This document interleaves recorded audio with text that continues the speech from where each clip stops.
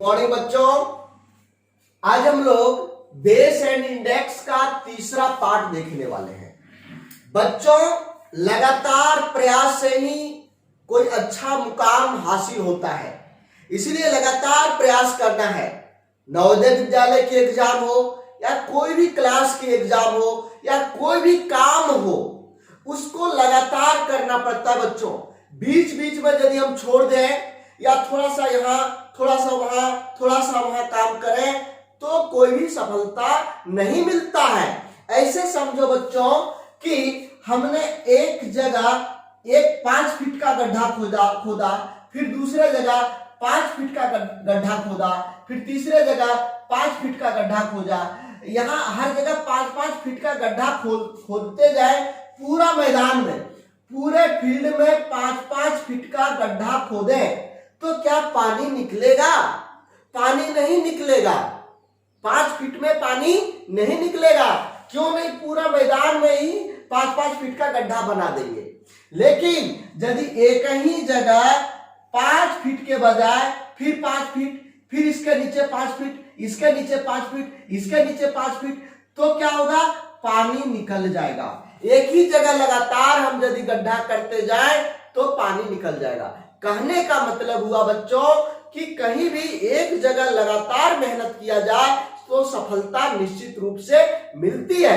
तो हम लोग घात और घातांक का आज तीसरा पार्ट देखने वाले हैं। बच्चों, हम लोगों ने एक्सप्रेशन, ये देखो, इसको सीख चुके हैं ना, इसको सीख चुके हैं। इसका मान कैसे निकाला जाता है, इसको हम लोगों ने सीख चुका है।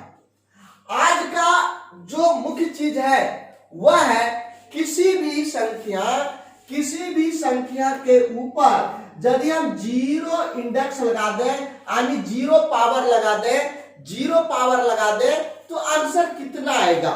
और इससे रिलेटेड जो भी प्रश्न बनेंगे, किस तरह के प्रश्न बनेंगे, देखो, कोई भी संख्या ले लो, कोई भी संख्या जो तुम्हारे मन में आता है, 10, 20, 15, 22, 25, 24, कोई भी संख्या ले लो और इसके ऊपर में जीरो पावर लगा दो।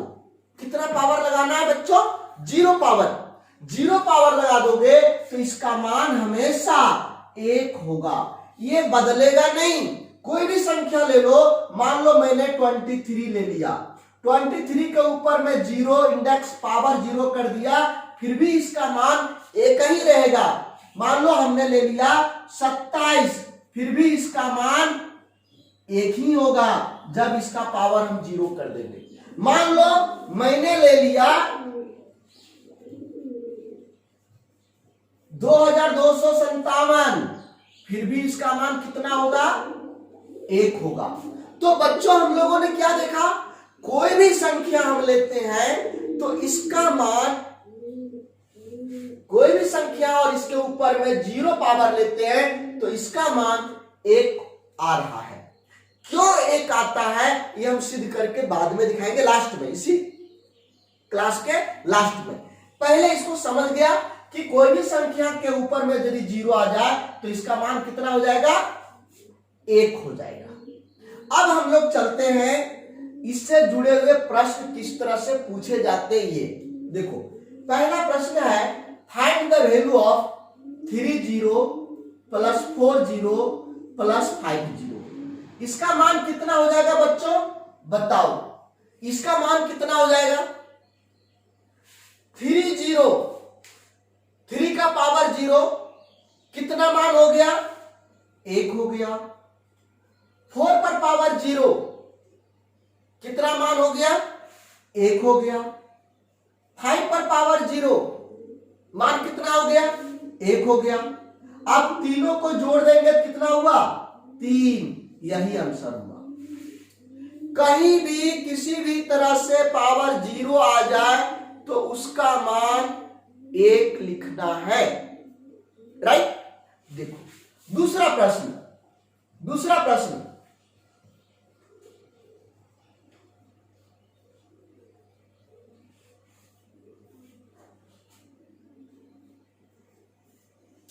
इसका मान क्या होगा? बताओ, इसका मान क्या होगा? 3 का पावर 0 1, 5 का पावर 0 1 और 7 का पावर 0 1, सबका मान 1 हो गया। 1 इंटू 1 1 और फिर 1 से 1 को मल्टीप्लाई करेंगे तो कितना आंसर आ रहा है? 1 आंसर आ रहा है। कितना आ रहा है? 1 आंसर आ रहा है। दूसरा चीज देखो, अब इससे हट करके मैं प्रश्न बता रहा हूं, इससे हट के प्रश्न बता रहा हूं। देखो 7 पर पावर 15 डिवाइड 7 पर पावर 15, इसका मान कितना होगा बच्चों? इसका मान कितना होगा? अब कहोगे कि सर आपने कल बताया था कि यदि बेस दोनों का एक रहेगा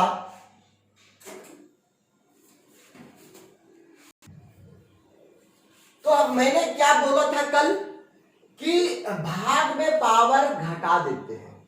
यदि डिवाइड रहेगा और ये बेस दोनों का एक ही रहेगा तो हम लोग क्या करते हैं, इसके बेस को 1 लिखते हैं, दोनों के बदले 1 लिख करके पावर को घटा देते हैं। पावर को क्या करते हैं? घटाते हैं। तो 15 में 15 घटा देंगे, पावर 0 हो गया। 15 में 15 घटाएंगे कितना बचेगा? 15 में 15 घटा दो, कितना बच गया? 0, पावर 0 आ गया। अब यहां पर 7 पर पावर 0 आ गया, मतलब आंसर 1 होगा। मतलब आंसर कितना होगा बच्चों? 1 होगा।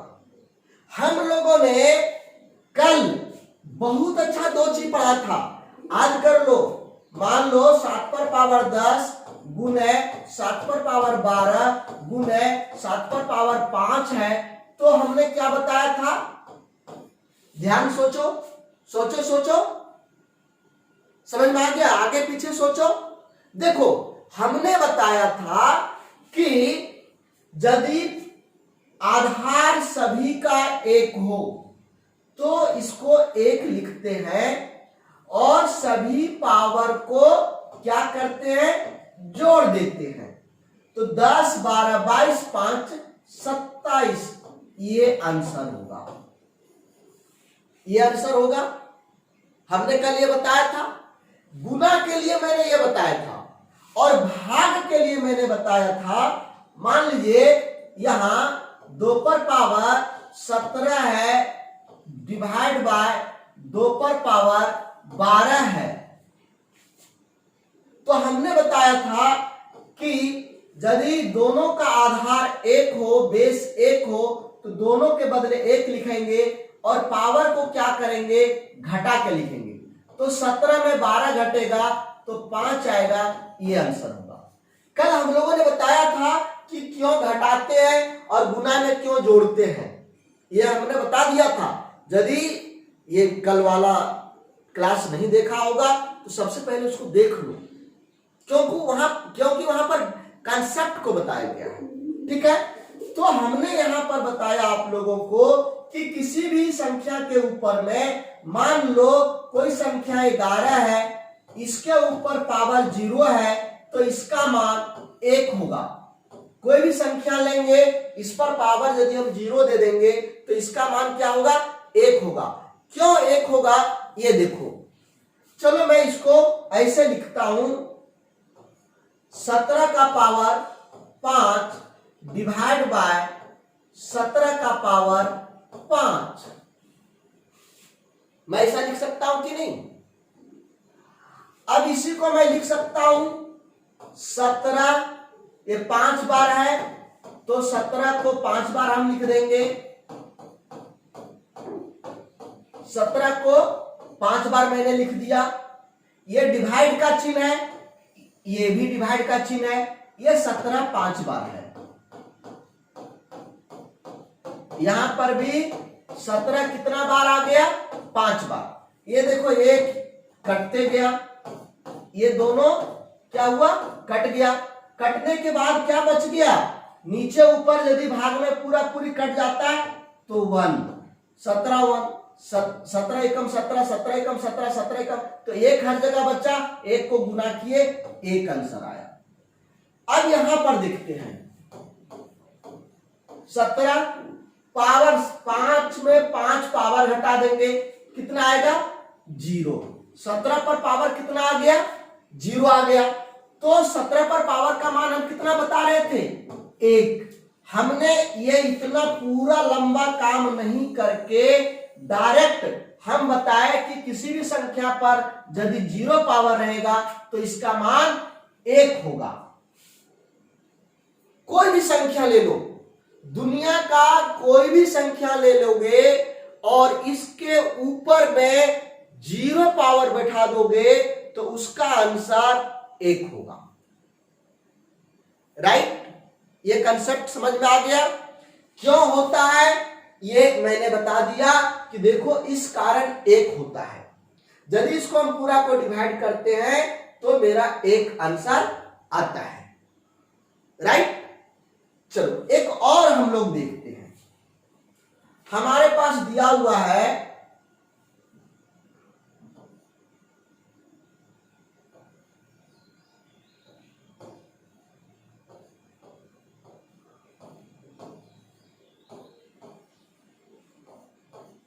इसका मान कितना होगा बच्चों। यहां पर हम लोग क्या करेंगे, दोनों का आधार 1 है तो दोनों के आधार के बदले 1 लिखेंगे।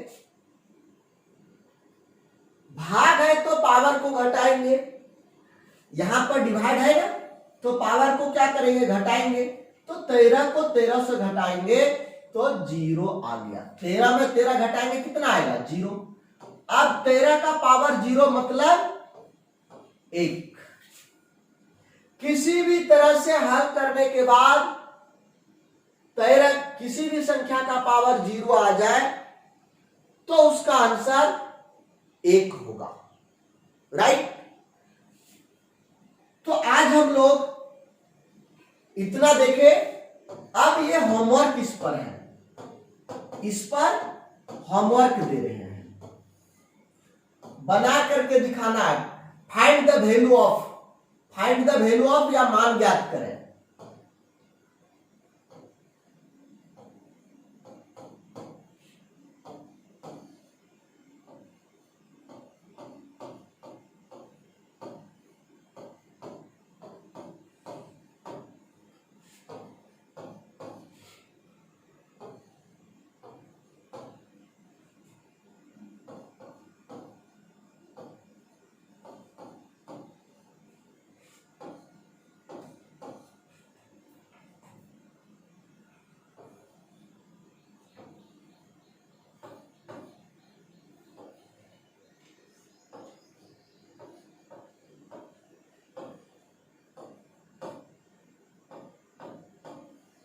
ये 4 प्रश्न आज होमवर्क है।